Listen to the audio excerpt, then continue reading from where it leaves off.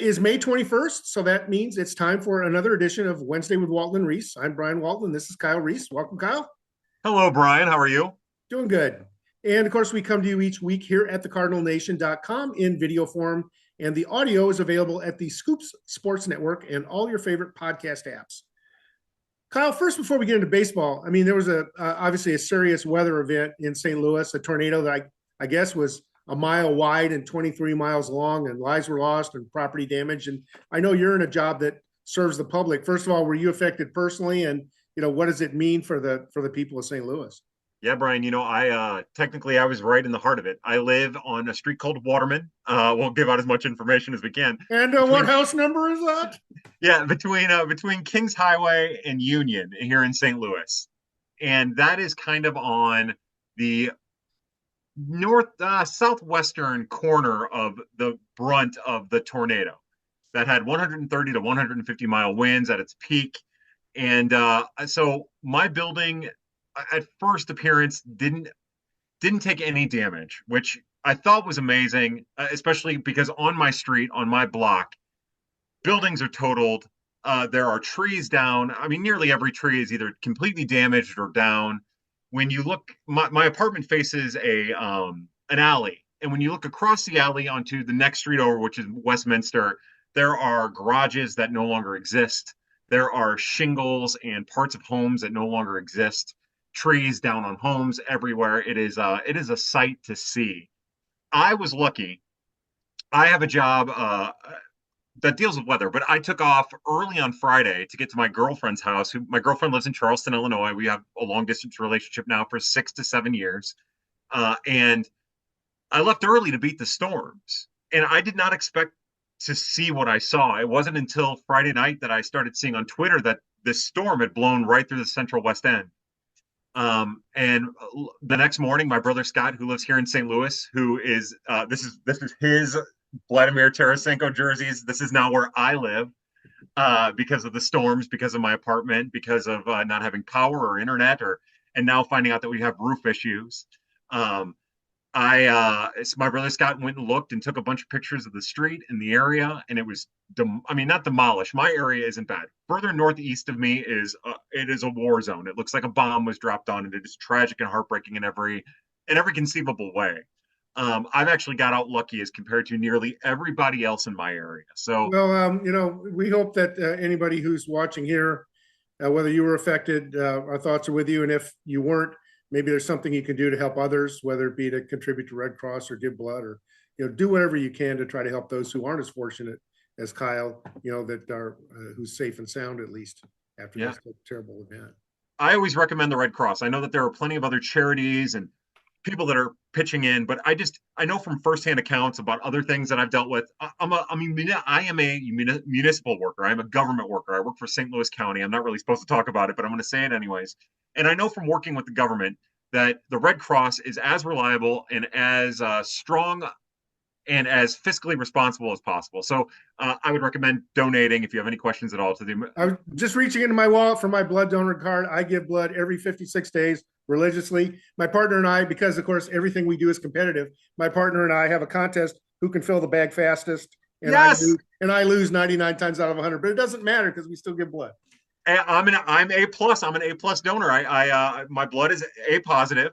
And my girlfriend, Brian, it's the same thing. That's so funny. My girlfriend 2 years ago, she was giving blood every 50 whatever days. And she's like, you should just do it. And now I'm on like my 9th turn or whatever, my 8th or 7th donation. And it's something that her and I do. We go get what's the original Burger King in Charleston or in Mattoon, Illinois, after every time we do it. And like you said, we race to try to fill the blood. She doesn't stand a chance, Brian. I fill that bag faster than anybody. My iron levels are like 16.7. I've got iron for days, Brian. You're pumping iron. Yes. So anyway, to move on to the agenda for the day, but we're both B positive, which is is in even more demand because it's odd. Yeah. But anyway, so let's get to baseball. There's some news this week, some good news. Rainel Rodriguez, the player of the week in the Florida Complex League, and all he did was hit home runs in like 5 games in a row. And, he's a guy that you think, would want the Cardinals would want to challenge at some point, but it's probably going to be later in the season because this is basically his first 2 week and a half, on U.S. soil. The guy was a midseason and a postseason All-Star last year in the DSL after signing. And a postseason All-Star in the DSL is a big deal because there's 50 teams, over 50 teams. And if you're on that limited number of players in the All-Star, you're pretty dang good. Player of the month in that league in July. He was our player of the year both those times as well. The only thing about Rainel Rodriguez, last year he was listed at 5'10", 195. Now, I've stood next to Rainel Rodriguez, and I can tell you he ain't 5'10", 195. But now all of a sudden he's been updated since he came to the U.S. He's now listed at 5'8", 209, 5'8", 209, and I believe that's real. Question is, where's he eventually going to play? Yeah, Brian, his story is really interesting because he actually, when they first started scouting him, he was in Pennsylvania. A lot of people don't really know this about Rainel Rodriguez. When he was a perfect game kid, and I don't know how long he spent time in Pennsylvania, but he actually went to the Dominican in order to sign an international free agency. He had family in the Dominican. These are little things that I've started piecing together as I've done some research on him over the last year.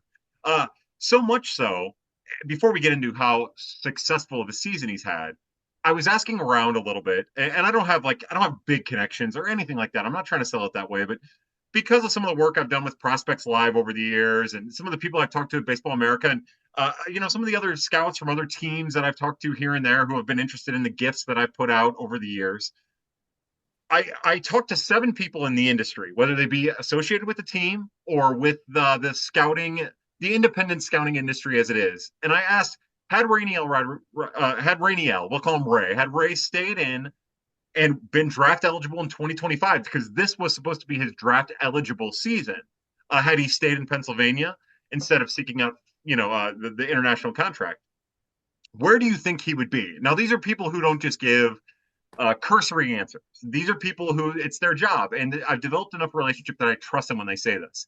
And I asked very simply, if he would have stayed in the draft where he is now, what you've heard, what you've seen, based on what he was back then, where would he go? And it was a consensus top 30 pick. He would be a consensus based on the development he's made since coming to the Cardinals organization, even as a catcher, even with the questions that he has as a catcher defensively. He would be a top 30 pick. Now, in this draft, I heard one person from outside of the organization say he'd be a top 8 pick. I had 5 say in this particular draft he'd be a top 25 pick, and of those 5, 3 additional said a top 20 pick. So this is a talent. This isn't just like me and some buddies talking. This is a sourced, informed opinion about his potential with the bat alone. And I just wanted to throw that out there because I think that's the most interesting. I was a little skeptical about him. I'm not skeptical, but I had him 34th in my list in the offseason. Now, I wasn't going to get on the hype wagon, but I moved him up to 15 this time. He's a top 20 player in the system, and he's one of the few guys. And we'll talk about a few others in our time here today, but he's one of the few guys who's outperforming expectations this year, and there aren't that many of them. A guy who came off the injured list, at least to start a rehab. Your top prospect, you have Quinn Mathews ahead of JJ Wetherholt. We're going to talk about that in a minute. My number 2 prospect is now pitching, and of course we're talking about Quinn Mathews, is pitching now in the Florida Complex League. Had a very good debut, granted, among lesser, younger hitters, but still, looked like he was in good form. Yeah, and it's encouraging too, because when he first went down with the shoulder soreness, it sounded more severe than the Cardinals were letting on. So it's great to see him back pitching. I do worry because he's so much of a competitor if he's pushing himself a little too hard. But I know the Cardinals are at the forefront of this. The Cardinals are trying to stay ahead of this and pull the reins back on him as a human being. So it's great to see. Again, I am bullish on him. When we rank prospects, it's so much wiser to put the hitting prospects ahead of the pitching prospects, because pitching prospects, as we've seen this year in the Cardinals organization, they don't last long a lot of times. They tend to get hurt more so than the hitting prospects. And I just, with the proximity with Mathews, with his pitchability, with the way that his stuff gained, that's part of why I kept him at 1. And I would still, even with the immense steps that JJ Wetherholt has made, I would still keep him at 1 on my list. So we're going to slip a Kyle hot take in a little early. Kyle tweeted about JJ, and it was following on to a comment about these prodigious home runs that Wetherholt's hitting at Hammons Field. And Kyle mentioned it reminded him of another Cardinal of recent past. Who is that Cardinal, and why did you draw that comparison? I drew the comparison. I'd like to answer that question first. I drew that comparison because I like chaos, Brian. Sometimes you just got to stir it up a little bit. But JJ Wetherholt hit this. What are you going to say? I'm sorry. No. I was scratching my neck. Sorry. Well, that's a secret hint. Kyle, shut up. So JJ Wetherholt hasn't pulled a lot lately. It's a lot of push power. His doubles are to the left field gap. So he turns on a ball in Springfield, and on the right field, past the right field wall is a complex building. It's where the clubhouse is, where the players clubhouse. Anyway, yeah. Go ahead. No, you're right. It's the clubhouse. And he hit the ball off the field facing side of the building. And whenever I see a left-handed swing and I see it hit that building or hit the top of that building or go over, it makes me think of Dylan Carlson. Because when 20 or 19-year-old Dylan Carlson was in Springfield, I would say half of his home runs that year, so 11 of his home runs, he hit left-handed. Probably 6 of them were at Hammons, and all 6 of them were on the roof of that building. Again, that's so. Dylan Carlson was Texas League Player of the Year. Hey, he was the best there was in the Texas League. There was a lot of debate about that. Exactly. But we all know where Dylan Carlson is now. He's trying to hang on the major leagues with Baltimore. So it's a good, as much as we follow prospects and we try to, report them and build expectations, we also need to be reasonable with our expectations. And when I think of Dylan Carlson, my flashback was to a television interview that John Mozeliak did following that season, in which he drew the comparison of Dylan Carlson to Albert Pujols and Oscar Taveras. Yeah. And I still have that link. I look at it every now and then. It wasn't fake. It was real. He said it. And, it's about creating unrealistic expectations. Wetherholt, there's going to be enough pressure on Wetherholt as it is. Exactly. Hopefully he won't get compared to a future first ballot Hall of Famer. I just hope that doesn't happen. Now, I know the Cardinals were hoping upon hope that there would be another Oscar Taveras, which hasn't come yet. It doesn't look like it's going to be Jordan Walker either. Yeah. But, we got to keep things in line. Yeah, and then Brian, really, that is what I try. I sometimes try too hard to overcompensate in that way. I have a tendency to always think about the person behind the player, and there's a lot of that. I just, in my Twitter conversations, it's always about hype. Everybody's always talking about hype. Jordan Walker isn't meeting the hype. Nolan Gorman isn't meeting the hype. Ivan Herrera is exceeding the hype, and I like that for Ivan Herrera, but I hate that for the other players, because when the hype is so much that it makes it impossible for the player to meet the hype. It's not fair for fans. It's not fair for the organization. And more importantly than any of that, it's not fair for the player or the player's family, because they are people still. Yep. Good. Well put. So last time we spent most of our time talking about the Cardinal Nation's May top 50 prospect list. And one of the things that you get when you subscribe, this is a brief commercial, but it's relevant. We have a free forum where everybody can come and talk, but we also have a subscriber forum where those people who pay get direct access to me, and I chat with them all the time. And there were a lot of questions about my rankings, and I want to go through a few of the questions and get Kyle's perspective as well. I got grilled on why I took Tekoa Roby down a couple of spots while I didn't drop Tink Hence, when they're both basically had injury questions, but Roby's actually pitching now and Hence isn't. And my answer was, first of all, where do I put Michael McGreevy? How far do I move Michael McGreevy up? And I felt comfortable putting McGreevy ahead of Roby right now, even though they're both pitching. But I wasn't yet ready to say McGreevy has the opportunity to be as good of a player as Tink Hence could be if Tink Hence is healthy and realizes his potential. So that's why I did what I did. We obviously like to see Tink Hence out there throwing, and we don't know if he's going to be a starter, reliever, or what he's going to be. But for now, I have them in this order, which is Mathews, Hence, McGreevy, Roby. Thoughts? I like it. I like it a lot. It's, as long as you're ranking Michael McGreevy, he's got to be one of the top 2 or 3 pitching prospects. And I do appreciate what Tekoa Roby's done. But I also think that in some ways, when you're talking about getting through the first month of the season, you have to stick with what you started with. You don't want to be overly reactionary. Then you get in trouble sometimes. I know for me, and I knocked McGreevy down quite a ways because I was concerned about his ability to get batters out from both sides of the plate last year, and he's improved. One of the things you got to remember is guys aren't static. These guys are developing. Developing means hopefully getting better. And it's going to happen. People put guys in a box and they're in that box forever. And sometimes they get, sometimes like Carlson or like Gorman, or maybe they don't get better. But some guys do. And McGreevy is a guy who's improved. Yeah. And as development isn't linear. And luckily people are accepting that. We're talking about that more. That is an important statement.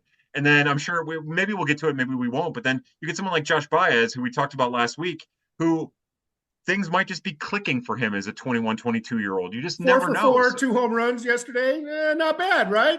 Amazing. Good for that young man. I mean, it's only the 21st. We still got another 10 days or so in the month. But right now, Baez looks like the player of the month in May. He had a so-so April, but he's killing it now in high A. And I'm already getting questions about when we're going to see Baez in Springfield. And I said, well, let's give him a few more weeks of success before we throw him into this higher level of competition.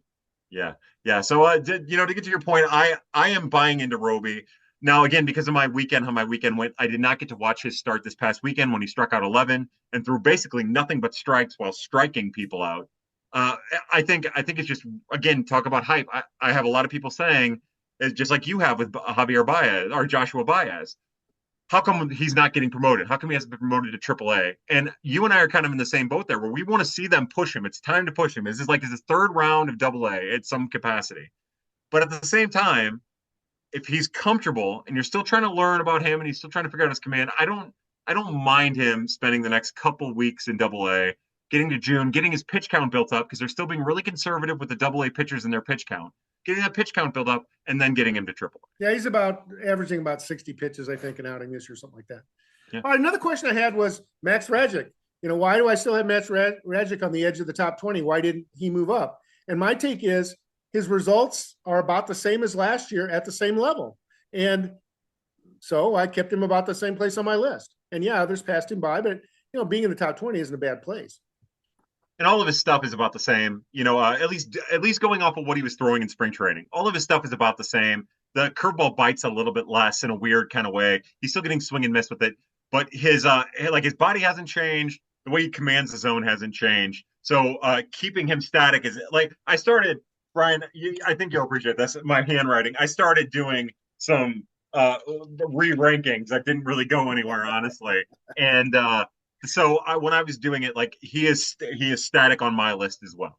So last week we talked about Hansen and Motts, the two lefties, and we confuse them sometimes, or well, not confuse them, but we certainly lump them together. And I brought Hansen back up. They were both in the top 20 at some point. They dropped down in the 30s because they kind of had a tepid year last year at Peoria.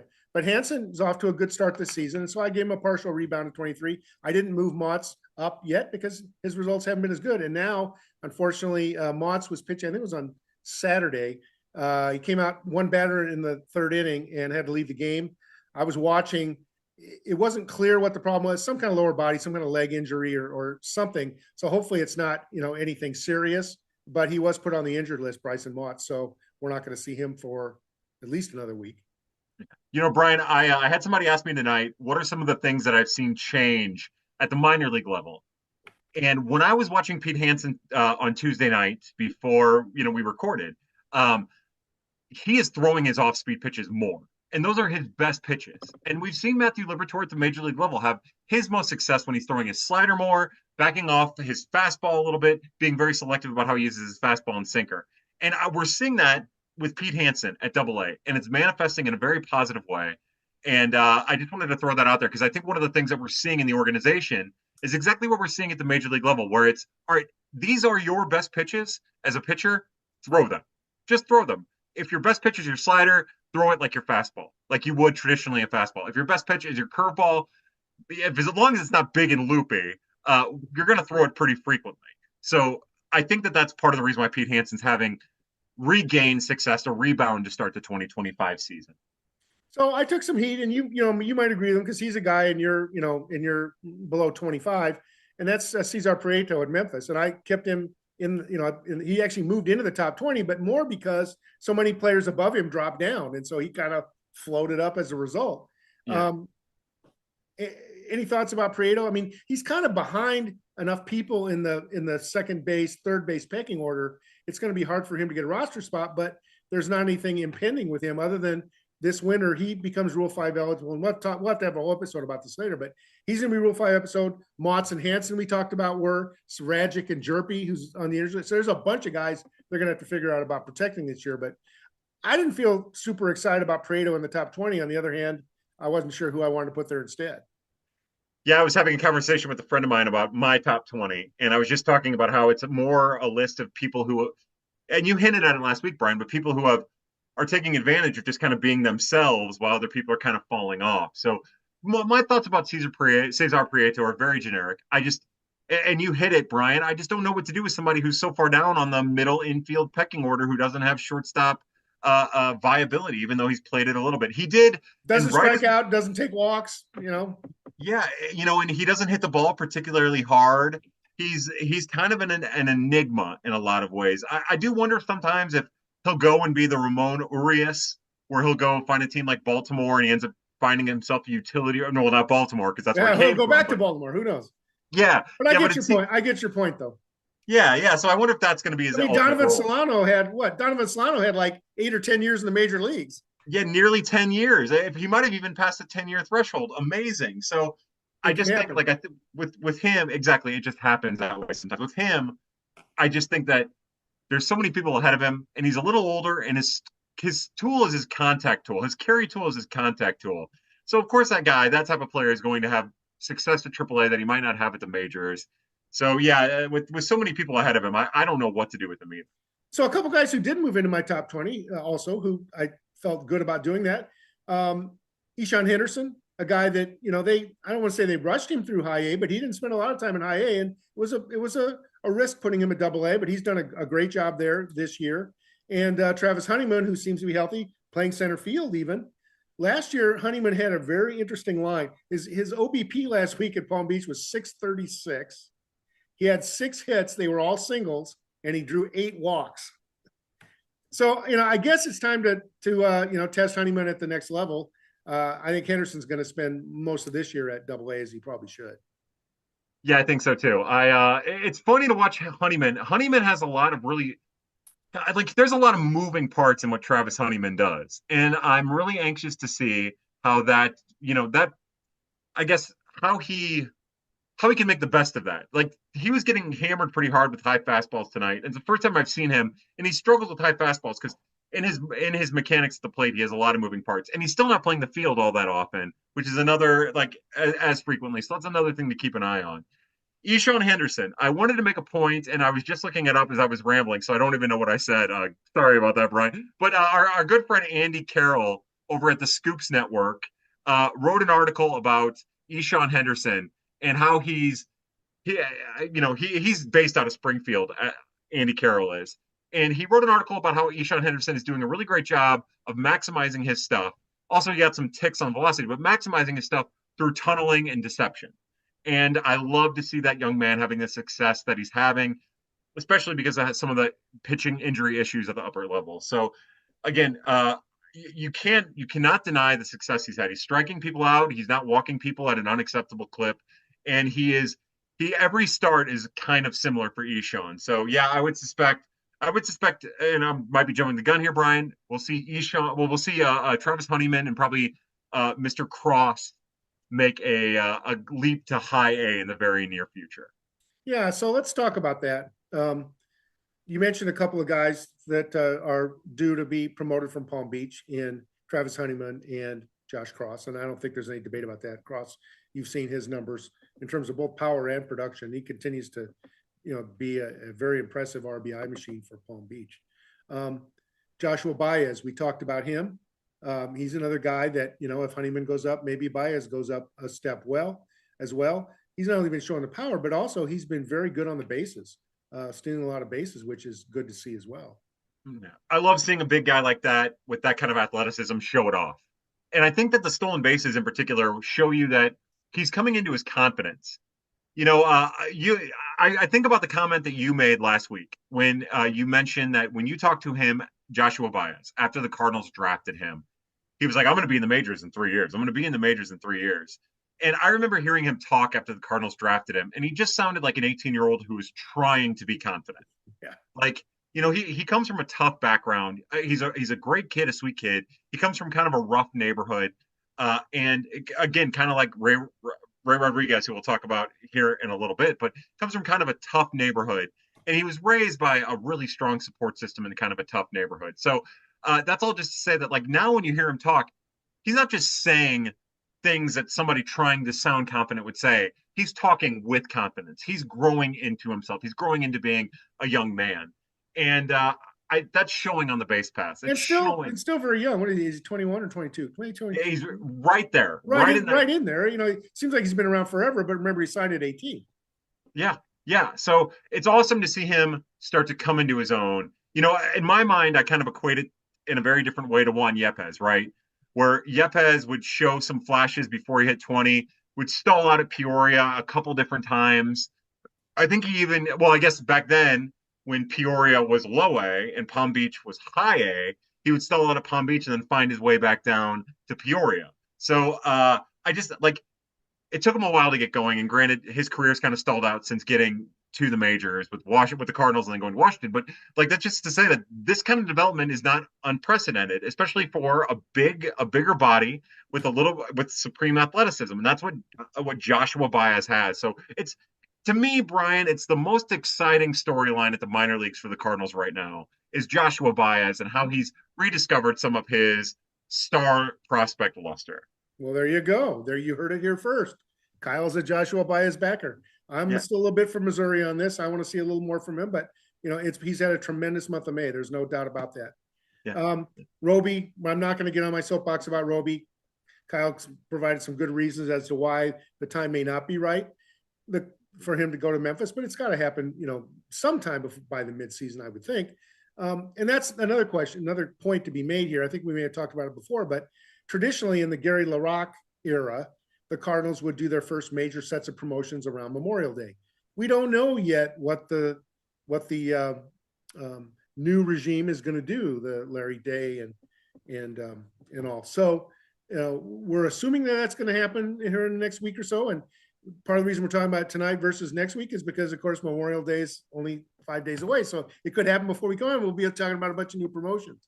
But anybody else who is right in the front of your mind that you think is on the cusp and should be considered for promotions?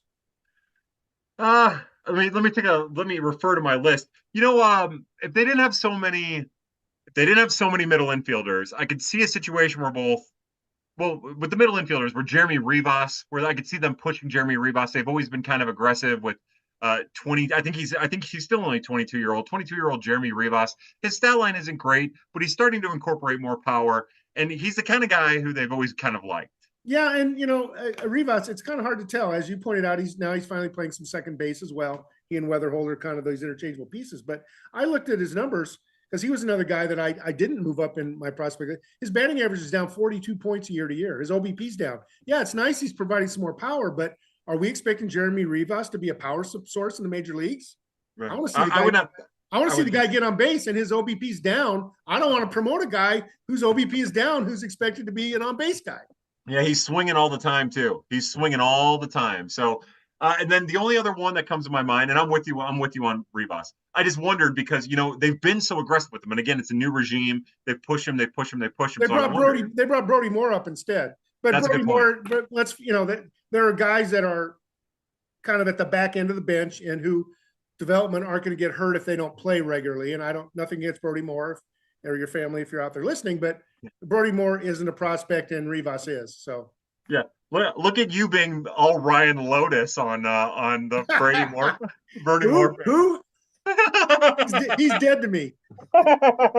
Now we're talking. The only other name that I could see is Nathan Church. I do think that there's a chance that a prospect that I've been incredibly skeptical about, someone that they love. He can play defense. Nathan Church is a positive defender, and he doesn't strike out a lot, and he's swinging more. He's not taking the walks that he took last year.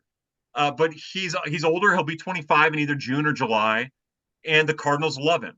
So I could see Nathan Church being the next guy in that. And he's already this is already his second turn at Double-A. So it would stand to reason that Nathan Churches would be on that list as well. And he had a shot in the Arizona Fall League last year. Didn't do terribly down there against that advanced competition. So I agree with you on that one, Kyle. Yeah. Yeah. So, like I said, next week we'll be back on the 28th, and we'll see if they did anything over Memorial Day. It's kind of nice that we do these when we do, because a lot of times with the Monday day off on the schedule, that's sort of the day that the Cardinals use to move guys around and get them situated at new levels. So who knows, maybe a week from now, like I said, we'll have a bunch of promotions to talk about. But thank you, everyone, for listening and watching this week. And, of course, we'll be back next time around every week here at Wednesday with Walton and Reis. Kyle, thanks again. Thank you, Brian.